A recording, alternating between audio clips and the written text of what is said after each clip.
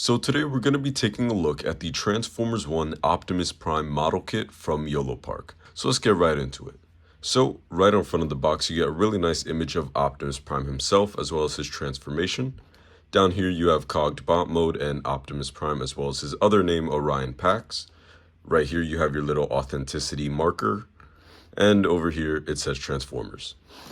On the side of the box you get a nice other image of Optimus Prime. On the top, an image of the three, and of course Alita right there covered by the sticker. I did get this on Amazon, so if you want to scan that you can. And on the other side you get another image of Optimus Prime. And of course on the bottom you have all of your legal information and your warnings.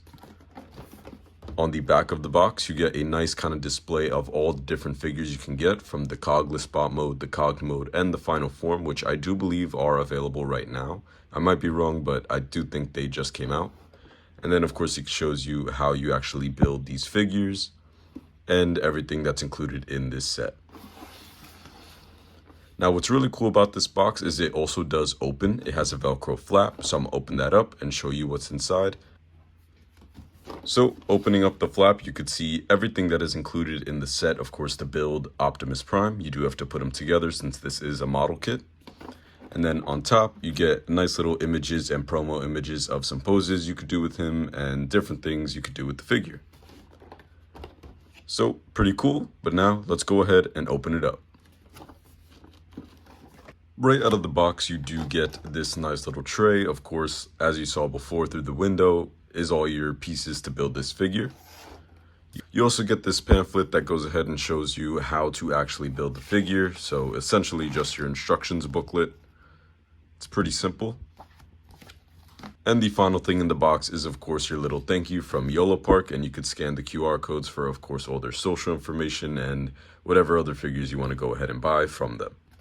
So I'm gonna go ahead and build this. I'll show you a little bit of the building process and then we'll take a look at this figure.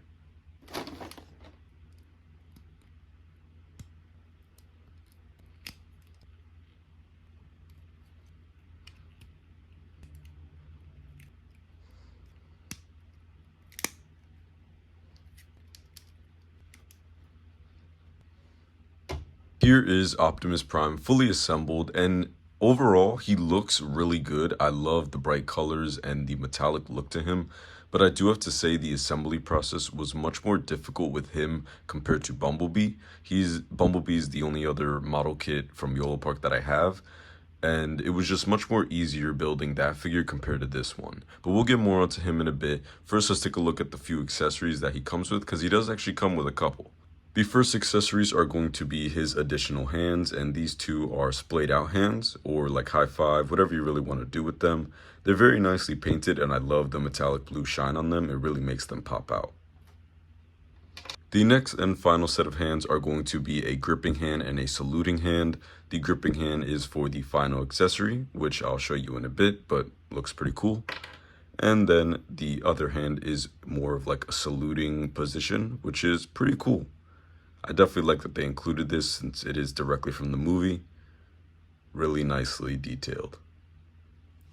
But the final accessory, and definitely my favorite, is going to be this blaster. Now, one thing I want to say right off the bat is I really wish we could have gotten kind of like a blast effect. That would have just looked so cool. But other than that, I just love the look of this gun, and also the metallic silver on the top just looks really nice. Really nicely done, my favorite accessory. But now, let's move on to Optimus Prime. So, starting at the detail, like I said, he looks very nice. The paint job on these figures is absolutely incredible, and I love the metallic shine that they all have. The red, the silver, the blue. But now, let's get into the articulation. So, this is the very first problem I have with this figure, in that the head is so difficult to move. You can barely move it without really forcing it up, and it's not that it can't move, it definitely can move. It's just that it's very tight and very stuck. Like, it's very difficult just to put his head down or to look left and right, and that's just kind of disappointing since Bumblebee was just much easier to move around. It might just be my copy, but it's very difficult and very tight to move the joints. But he can look up that high, which is decent, and low is pretty great. Moving on to the arm, he does have a butterfly joint, which does get some pretty good movement. Next up, he can do a bit higher than a T-pose, which is great. And of course, this piece does move. However, it can come apart. It's not broken, but it can come apart. So just be aware of that when you're moving the arm. The elbow does have a double hinge, so it can go much more than 90. And then at the wrist, of course, it is on a ball joint, so you get all movement that you could possibly need, which is amazing. Looking at the other side, of course, you have that butterfly joint.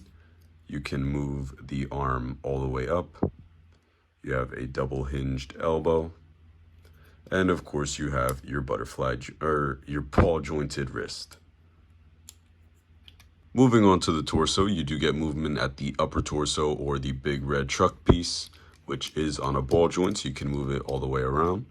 And then lower down here, you do get another ball joint, which allows you to get some more rotation all the way around.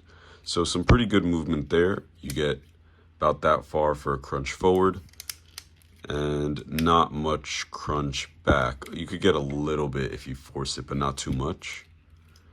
And then if you need to move anything out of the way for articulation, you can move these two silver pieces, which is great. I love that. Bumblebee had this too, and it's definitely necessary. Moving on to the leg, it can kick out all the way. If we move the arm, it can kick out all the way, which is amazing. Of course, it can kick forward all the way as well, a bit higher if you really want to push it. And then it does go decently far back, which is amazing articulation for especially a Transformer. So much fun posing this guy. And then moving on to the knee, it is a double joint, and look at all that. That is just incredible. Moving down to the ankle, you do, of course, get swivel, pivot, all movement down here. And then this foot itself doesn't have a toe joint like Bumblebee did, but it is very movable. So it's not going to kind of like immobilize you in any way. And then checking up on the other side, you can kick, of course, forward that far, back that far, and out that far. Of course, you got that double hinged knee and movement at the ankle. So pretty amazing articulation. I definitely love these figures for all the articulation that they have. It's just the fact that they are kind of fragile and you don't really want to move them around and then kind of had that thought in the back of your mind like, oh no, what if a piece falls out? That's the biggest issue with them. Not that anything will break, but just that it will come apart and then you got to put it back together. But of course, I'll tell you more in my final thoughts, but let's move on to some comparisons.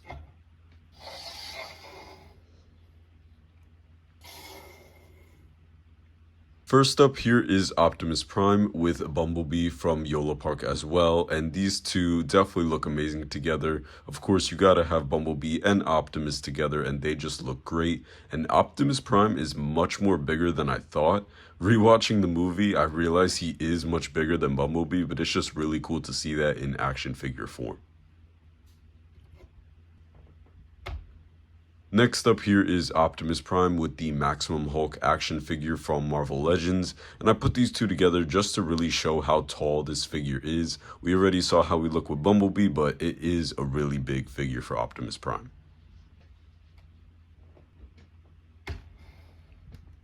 And just for fun, here is Optimus Prime with an even bigger Optimus Prime. I don't exactly remember where this figure is from, but I do believe it is still on Target for a little over $100. When I got it, it was way cheaper, but I just put them together to show you just two big Optimus Primes.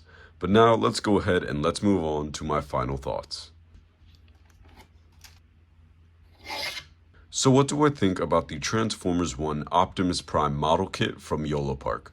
I definitely think this is another figure that is definitely worth the money. Even though it is a model kit, it looks amazing. The paint job is amazing and the articulation on these guys is insane.